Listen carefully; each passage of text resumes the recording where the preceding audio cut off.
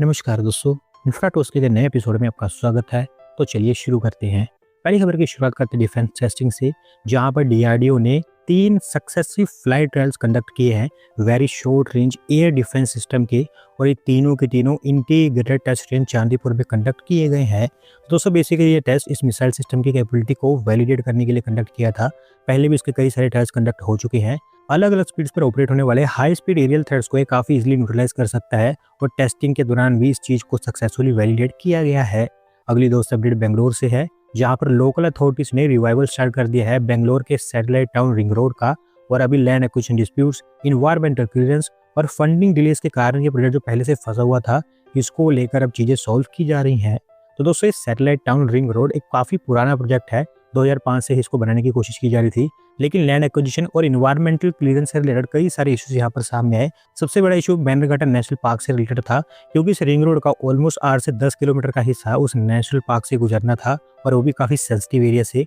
तो उसी को लेकर यहाँ पर कई सालों से प्रोजेक्ट फंसा पड़ा था। अभी लोकल अथॉरिटीज ने दोबारा से इसके रिवाइवल को लेकर काम स्टार्ट कर दिया है, जहाँ पर अलग अलग डिस्कशंस किए जा रहे हैं कि कैसे इसको रिवाइव किया जाए। अगर ये प्रोजेक्ट आगे बढ़ पाता है तो बेंगलोर के आसपास 12 से 13 सैटेलाइट टाउन्स को ये डायरेक्टली कनेक्ट कर देगा। अगली दोस्त अपडेट हाई स्पीड रेल को लेकर है, जहां पर एनएचआरसीएल ने डिसाइड किया है कि हमारे Mumbai Ahmedabad high speed rail corridor पर इंडियन बुलेट ट्रेन सेट्स को और बड़े नंबर्स पर ऑपरेट किया जाएगा, और अब 2 ट्रेन सेट्स की बजाय वो इस तरह के 16 और ट्रेन सेट्स को खरीदेंगे। दोस्तों आप जानते हैं कि जापान की तरफ से शिनकानसेन ट्रेन सेट्स की डिलीवरी काफ़ी डिलेड हो चुकी है। तो इसी को देखते हुए एनएचआरसीएल ने भारत के अंदर बीईएमएल को ये कॉन्ट्रैक्ट दे दिया था कि वो 2 हाई स्पीड ट्रेन सेट्स को भारत में ही मैन्युफैक्चर करें, ताकि हम अपनी कैपेबिलिटी को डेवलप कर पाए और देख सके कि हम कैसे ट्रेन सेट्स मैन्युफैक्चर कर सकते हैं। बीएमएल के द्वारा बताया गया है कि जो ट्रेन सेट्स वो बनाएंगे उनकी मैक्सिमम स्पीड 280 kmph की होगी। तो उन्हीं ट्रेन सेट्स के ऊपर भी बीएमएल काम कर रहा है, जहाँ पर ऐसा बताया गया है कि डिजाइनिंग का काम अभी हो रहा है। अप्रैल से मई के आसपास इनकी मैन्युफैक्चरिंग स्टार्ट हो जाएगी, और ईयर एंड तक इनकी डिलीवरी टारगेट की जा रही है। और क्योंकि इन हाई स्पीड ट्रेन सेट्स में globally one of the best equipments और कंपोनेंट्स का इस्तेमाल किया जाएगा, जहाँ पर बहुत सारी यूरोपियन कंपनीज को यहाँ पर लाया गया है कंपोनेंट सोर्सिंग के लिए। तो एनएचआरसीएल का मानना है कि ये ट्रेन सेट्स काफ़ी बढ़िया होंगे और हमारी रिक्वायरमेंट्स को काफ़ी इजीली मीट कर पाएंगे, और इसी के चलते इस तरह के 16 डोमेस्टिक ट्रेन सेट्स को एनएचआरसीएल हमारे पहले बुलेट ट्रेन कॉरिडोर पर ऑपरेट करेगी। अगली दोस्त अपडेट हरियाणा से है, जहां पर पंचकुला मेट्रोपॉलिटन डेवलपमेंट अथॉरिटी अटल पार्क सेटअप करेगी, जो एक टाइप का रिक्रिएशनल और कल्चरल स्पेस होगा, और इसको लेकर उन्होंने ब्लूप्रिंट तैयार कर दिया है। तो दोस्तों ये अटल पार्क सुखना लेक को सेक्टर 1 से कनेक्ट करने वाले रोड के बिल्कुल अलोंग बनाया जाएगा, जो फैला होगा 5 एकड़ के एरिया में। Wild life, fragrance, Ayurveda, culture, art और साइंस, इन सारे अलग अलग थीम पर बेस्ड गार्डन्स यहाँ पर तैयार किए जाएंगे। एक बड़ा एंट्रेंस भी यहाँ पर सेटअप किया जाएगा, और अटल बिहारी वाजपेयी जी को डेडिकेटेड एक अटल गैलरी भी यहाँ पर सेटअप की जाएगी। 22 करोड़ रुपीस का इसके ऊपर खर्च आने वाला है। अगली दोस्त अपडेट उत्तर प्रदेश से है, जहाँ पर रूरल वाटर क्वालिटी में इंप्रूवमेंट को लेकर यूपी सरकार ने एक नया इनिशिएटिव अनवेल किया है, और इसके अंतर्गत होगा है कि हर एक डिस्ट्रिक्ट में 100 के आसपास मॉडल पॉन्ड्स को यूपी सरकार डेवलप करेगी। तो दोस्तों बेसिकली ये प्रोजेक्ट अपने आप में स्वच्छ भारत मिशन रूरल का हिस्सा होगा, और इसे पंचायती राज डिपार्टमेंट के द्वारा इंप्लीमेंट किया जाएगा। जहाँ पर सबसे पहले होगा है कि जिन भी पॉन्ड्स को यहाँ पर चुना जाता है उनको ग्रे वेस्ट से फ्री कर दिया जाएगा, और साथ ही साथ उन पॉन्ड्स के आसपास के एरिया को नो प्लास्टिक जोन में डिक्लेयर कर दिया जाएगा। ओवरऑल इससे होगा है कि रूरल एरियाज में ground water recharge, irrigation, biodiversity conservation और कम्युनिटी लाइफ को इम्प्रूव किया जा सकेगा। अगली दोस्त अपडेट केरला से है, जहां पर अकोलम चेतुआ वाटरवे कम्प्लीटली तैयार हो चुका है पब्लिक यूज के लिए, और अभी केरला के सीएम के द्वारा इसका इनॉग्रेशन करते हुए कमर्शियल यूज के लिए ओपन किया गया है। तो दोस्तों ये वाटरवे ऑलमोस्ट 280 किलोमीटर लंबा है, और अपने आप में 616 किलोमीटर लंबे कोवलम बेकाल वाटरवे का हिस्सा है, जिसे केरला सरकार डेवलप कर रही है ट्रांसपोर्टेशन और वाटर बेस्ड टूरिज्म के लिए। रिसेंटली जो चिलागो टनल ओपन की गई थी, जो कि टूरिज्म के लिए बनाई गई है, वो भी इसी का ही हिस्सा है। और अभी इस पूरे वाटरवे में कई सारी अलग अलग जगह पर मल्टीपल जेटीज भी कंस्ट्रक्ट की गई हैं। अगली दोस्त अपडेट दिल्ली से है, जहां पर दोस्तों दिल्ली सरकार 500 के आसपास और इलेक्ट्रिक बसेस को खरीदेगी, और इन बसेस को दिल्ली के इंटरनल रोड्स पर ऑपरेट किया जाएगा। तो दोस्तों सारी की सारी बसेस 7 मीटर वाली छोटी लो फ्लोर एसी बसेस होंगी, जो कि बहुत ही ज़्यादा सुटेबल रहेंगी दिल्ली के नैरो स्ट्रेचेस पर, क्योंकि आप जानते हैं कि दिल्ली हमारे देश की one of the most congested city है, जहाँ पर बहुत सारे रोड्स पर छोटी बसेस को ही ऑपरेट किया जा सकता है। तो ऐसे में उन रोड्स के लिए काफ़ी सही रहेंगी। और दोस्तों ऐसा पहली बार होगा कि दिल्ली के अंदर इस टाइप की छोटी 7 मीटर वाली बसेस को ऑपरेट किया जाएगा।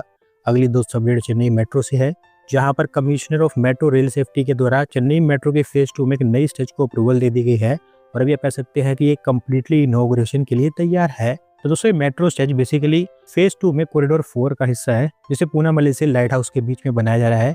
और इसमें ही पूनामली से वडापलानी तक की स्टेज पूरी तरह से तैयार हो चुकी है, जिसमें पूनामली से परूर स्टेज तक जितने भी इन बिटवीन मेट्रो स्टेशन भी बनाए गए हैं वो भी सारे के सारे तैयार हो चुके हैं और उन्हें भी किसी समय ओपन किया जा सकता है। लेकिन जो परूर से वडापलानी तक की स्टेज है वहां पर मेट्रो स्टेशन अभी कोई तैयार नहीं हुआ है, उनके ऊपर काम हो रहा है।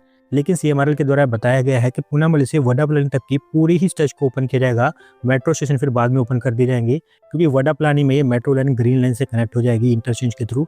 और होपफुली आप देखेंगे कि जल्द इसका इनॉग्रेशन होगा। अगली दोस्त अपडेट आंध्र प्रदेश से है, जहां पर स्टेट कैबिनेट के द्वारा advance system in package technologies private limited का सेमीकंडक्टर प्रपोजल अप्रूव कर दिया गया है। और ये वाला सेमीकंडक्टर प्लांट आपको आंध्र प्रदेश के विशाखापट्टनम डिस्ट्रिक्ट के तारलुवाड़ा लोकेलिटी में बनता हुआ दिखाई देगा। तो दोस्तों ये बेसिकली एक आउटसोर्स सेमीकंडक्टर असेंबली और टेस्टिंग फैसिलिटी होगी, यानी कि ओसैट फैसिलिटी होगी, जो हमारे देश में पहले बहुत सारी बन रही हैं। 30 एकड़ के एरिया में फैली होगी और अभी इसको लेकर लैंड एलोकेशन का काम हो चुका है। इनफैक्ट आंध्र प्रदेश सेमीकंडक्टर और डिस्प्ले फैब्रिकेशन पॉलिसी के अंतर्गत इसको अप्रूवल भी मिल चुकी है, तो आंध्र प्रदेश सरकार इनको इंसेंटिव भी देगी। 2388 करोड़ रुपीस की इसके ऊपर इन्वेस्टमेंट होगी और एक बार ये तैयार हो जाता है तो 1000 से ज़्यादा जॉब्स इसके थ्रू जनरेट होनी है। अगली दोस्तों अपडेट असम से है, जहाँ पर दोस्तों Indian cement maker star cement limited के द्वारा एक नई सीमेंट ग्राइंडिंग यूनिट सेटअप कर दी गई है असम के सिलचर के अंदर, और इसे असम के सीएम के द्वारा इनॉग्रेट भी किया गया है। तो दोस्तों इस इन्वेस्टमेंट को लेकर पिछले साल ही एक इन्वेस्टमेंट समिट के दौरान स्टार सीमेंट लिमिटेड ने असम सरकार के साथ में एमओयू साइन किया था। हालांकि उसमें उन्होंने 3200 करोड़ रुपए की इन्वेस्टमेंट कमिट की थी, जहाँ पर बताया गया था कि अलग अलग एरियाज में और अलग अलग प्लांट्स के ऊपर इन्वेस्टमेंट की जाएगी। और उसी के ही अंतर्गत ये सीमेंट ग्राइंडिंग यूनिट बनकर तैयार हुई है, जहाँ पर 400 करोड़ रुपीस की इन्होंने इन्वेस्टमेंट की है। 2 मिलियन टन पर एनम की इसकी कैपेसिटी है और क्योंकि अभी ये ओपन हो चुका है तो 1000 के आसपास जॉब्स इसके थ्रू भी जनरेट होंगी। आज की दोस्तों आखिरी अपडेट सूरत मेट्रो से है, जहाँ पर ministry of housing and urban affairs के द्वारा सूरत मेट्रो का एक्सपेंशन प्रपोज किया गया है और इसके थ्रू वो कोशिश कर रहे हैं कि सूरत मेट्रो को Mumbai Ahmedabad high speed rail corridor से डायरेक्टली कनेक्ट कर दिया जाए और उसके लिए इसे एक फीडर के रूप में इस्तेमाल किया जाए। तो दोस्तों सूरत मेट्रो के बारे में अगर मैं आपको बताऊं तो अभी फिलहाल यहाँ पर 2 कॉरिडोर्स बनाए जा रहे हैं, जिसमें दूसरा कॉरिडोर जो कि सरौली से बेजान के बीच में बन रहा है उसी को ही एक्सपांड करने की बात की गई है और स्पेसिफिकली सरौली साइड से इसका एक्सपांशन करने की बात की जा रही है। 4.4 किलोमीटर की नई स्ट्रेच होगी, जहाँ पर 3 मेट्रो स्टेशन बनाए जाएंगे और 2 मेट्रो स्टेशन को लेकर अलग से प्रोविजन बनाई गई है जो फ्यूचर में बनाया जा सकते हैं। कंप्लीटली एलिवेटेड स्ट्रेच होने वाली है और अभी क्योंकि ये प्रपोजल स्टेज में है तो अब होगा ये कि ministry of housing and urban affairs इस प्रपोजल को गुजरात सरकार के पास में पहुंचाएगी और काफ़ी हाई चांस है गुजरात सरकार इसके लिए रेडी होगी और अगर ये फिजिबल पाया जाता है तो आपको ये डेफिनेटली बनती हुई दिखाई देगी। तो दोस्तों आज की वीडियो में बस इतना ही। अगर आप अपनी तरफ से अपडेट सबमिट करना चाहते हैं तो डिस्क्रिप्शन में दिए गए लिंक पर क्लिक करके सबमिट कर सकते हैं। और अगर आज की वीडियो पसंद आई हो तो वीडियो को लाइक करें, चैनल को सब्सक्राइब करें। धन्यवाद वीडियो को देखने के लिए।